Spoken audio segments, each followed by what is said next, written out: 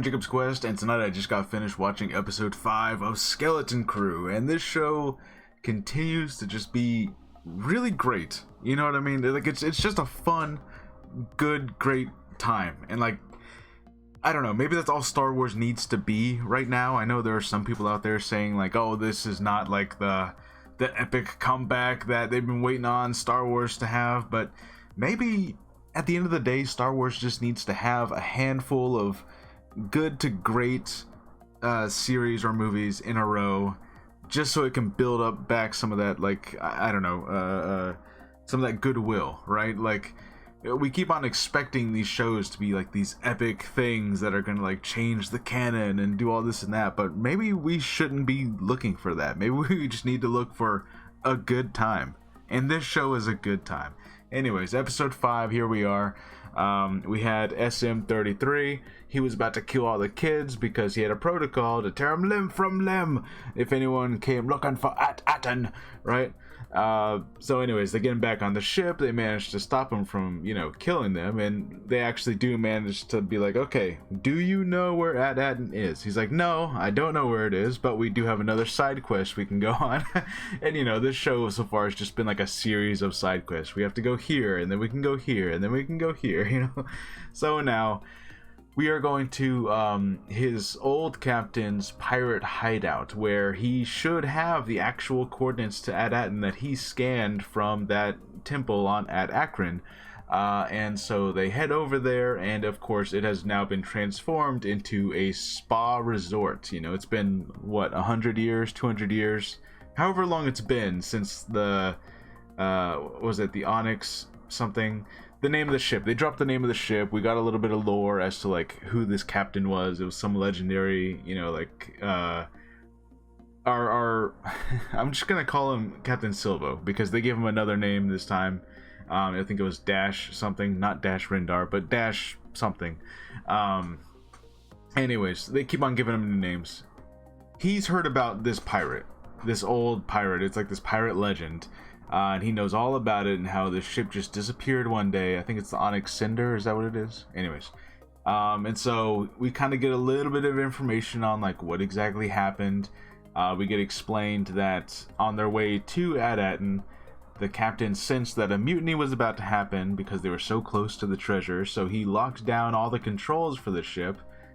Basically, so that way, even after his crew mutinied against him, they would just crash into the planet. And I suppose, at least for now, that's what we're gonna accept happened. Now, there are still some theories out there that this mysterious supervisor character on Atten is gonna turn out to somehow be related to these pirates. That's always possible, but right now we're being led to believe that that's it for the pirate story, as far as the Onyx Cinder and whatever's going on here. So anyways, they go to the pirates hideout. It's been turned into this spa resort, and they have to basically kind of bribe their way in there, and they have to have the kids dress up and, say like, oh, these are alien elders of some kind, because it's supposed to be an adult-only resort. And, this is the episode more than any other where I'm like, man, Captain Silvo here, he really is just the babysitter for a bunch of kids, and I think that's the other thing, is that, like, these kids, like, they act so tough half the time, and that you try to treat them like, oh, they're serious characters, but the way they're goofing off in the background, and they're like, they're just dancing around in their costumes. I'm like, oh right, these are children, these are small children. Like, and he's having to babysit these kids, trying to like get them through this without causing too much or getting too much attention drawn to them.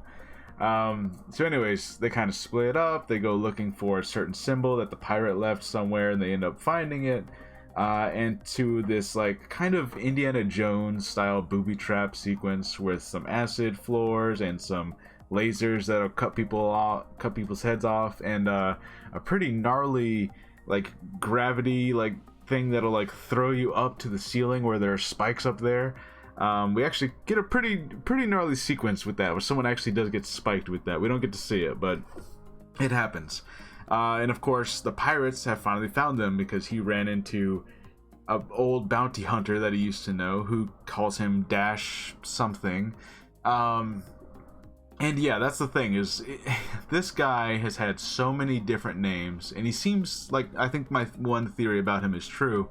It seems like whatever group of people he meets, he just gives them a new name. So whatever he's calling himself now, Jor or something, that's also probably something he just made up for the kids. Because of course the Katie, or whatever her name was, the owl lady, she knew him as Captain Jack something. So, you know, it's just, he's got all these made up names. And I don't know if there's actually going to end up being a reveal of some kind where maybe at the end of the show he's going to be like, okay, here's my real name, and it's going to be a name that maybe we recognize. I don't know if that's necessarily going to happen. I'm not going to like hold my breath and expect that to be the case, but it's possible. It's possible that they reveal his actual name and he's like, okay, yes, this is my real name, and it's something that we know from Legends, and we're like, oh my god, it's that guy. But again, not gonna hold my breath. I'm not gonna be like disappointed if that doesn't happen. I think it's kind of a funny, you know, con man gimmick that he has going on, where he just gives everyone a different name. It's kind of funny. Anyways, so they managed to get to this big treasure hoard, where of course everything is still booby trapped, so they're told don't touch anything. And in there we find some interesting things that I'm sure if you pause and you look in the background, you'll see some, you know, little Easter eggs. We even see a lightsaber, which comes back into play in a second. But they end up finding the coordinates. They end up finding like this hologram like message from the captain. And again, so the captain's image, it's really obscured, you know, and they even kind of comment on like, oh man, what's wrong with the footage? And they're just, you know, like, you can't make out like what the captain looks like. So I don't know if we see the supervisor and no one recognizes that that is the captain. Maybe, who knows? It's possible that this is that captain somehow. I don't know. There's all kinds of possibilities that they're leaving open, so we don't know what the captain actually looks like because the footage was so like jarbled up. So I don't know, there's still lots of possibilities there. It's pretty interesting.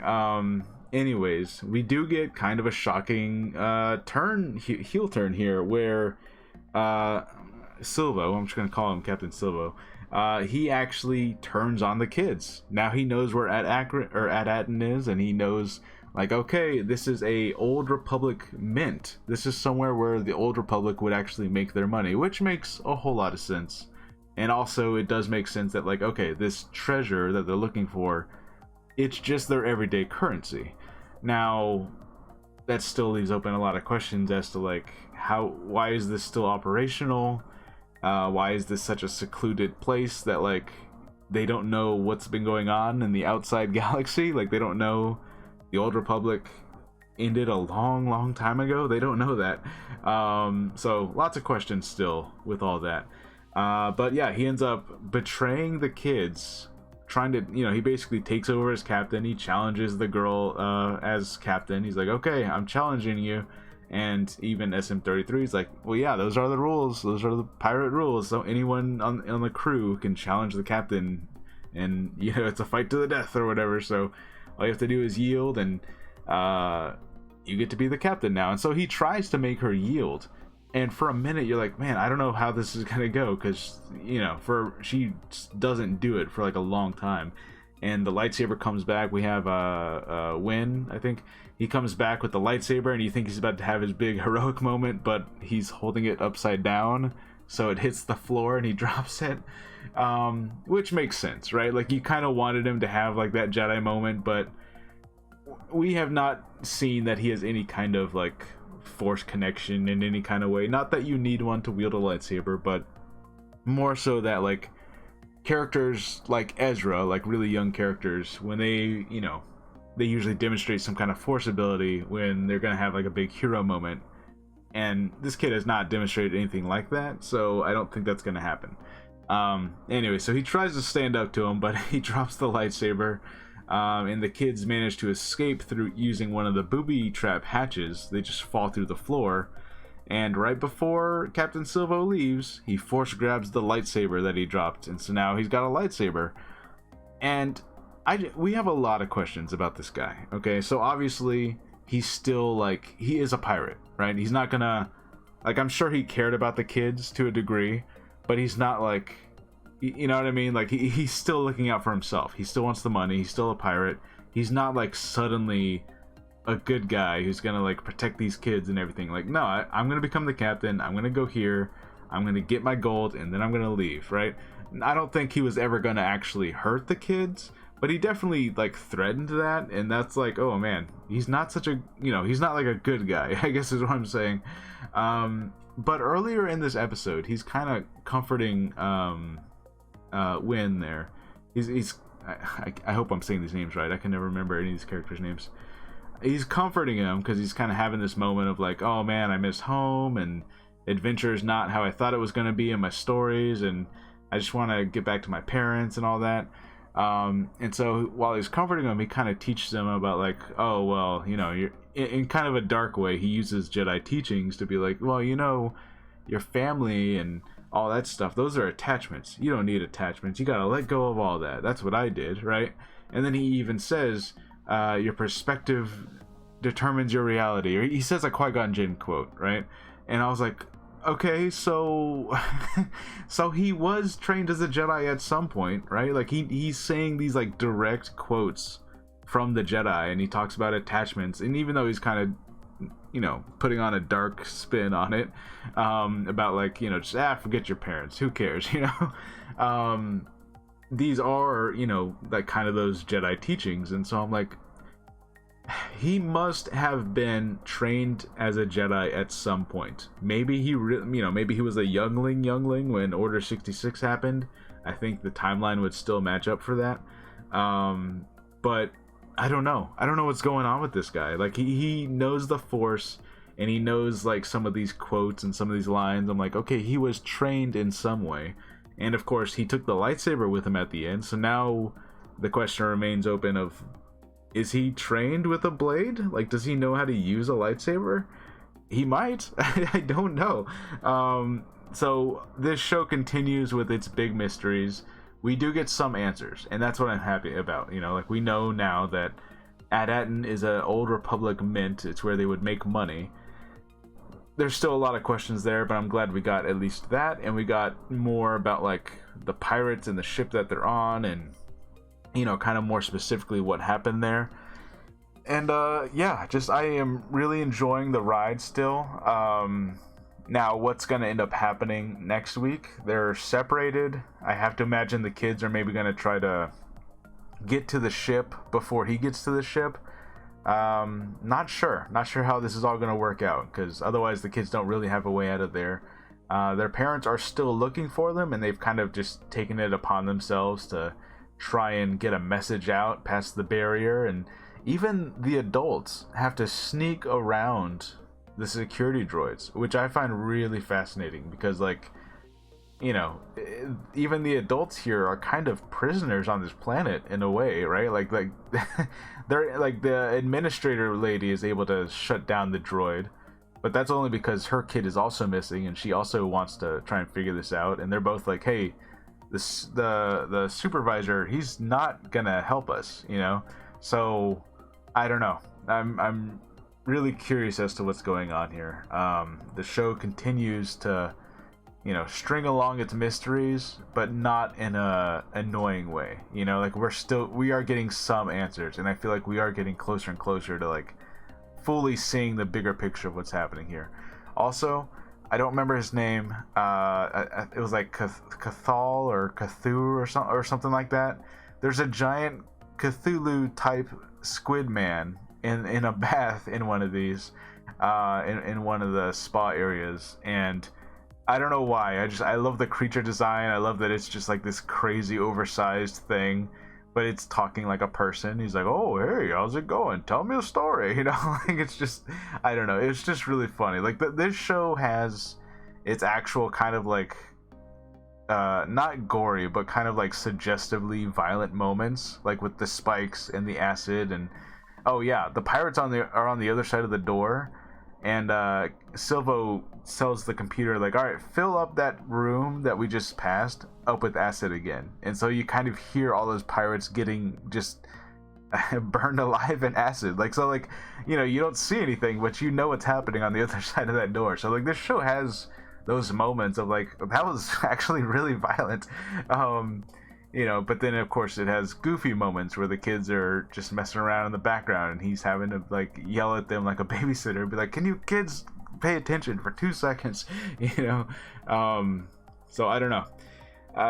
Of course I fully suspect that he's gonna, this betrayal that he has is not gonna last long. You know, like I think obviously there is a little bit of that heart of gold where he kind of does care about the kids. So whenever they get in trouble at some point, which I'm sure they will, he will show back up and help them out because he does actually care, even though he really just wants that gold. You know, that's usually how this plays out. I would be surprised if he ends up being the actual villain here, because I don't know, that would not be as fulfilling if he was like the real villain. I know everyone, pretty much everyone in the show has said don't trust this guy, but I guess it's just because it's Star Wars and you want to believe that, like, okay, but he's got some good in there somewhere, right? Like you want to believe that. Anyways, let me know what you guys think about episode 5. What's going on with Atten and the supervisor? Is he related to this pirate captain that we didn't quite get a good look at? You know, like, is there something there? Maybe not. Yeah, is Captain Silvo a youngling that escaped Order 66? Or did he get trained by a Jedi at some other point in his life? He's quoting things that it feels like he could only know if he actually had some training. So, I don't know. Like, what do you guys think is going on here? Anyways, let me know what you guys think. And I'll see you guys later. Bye.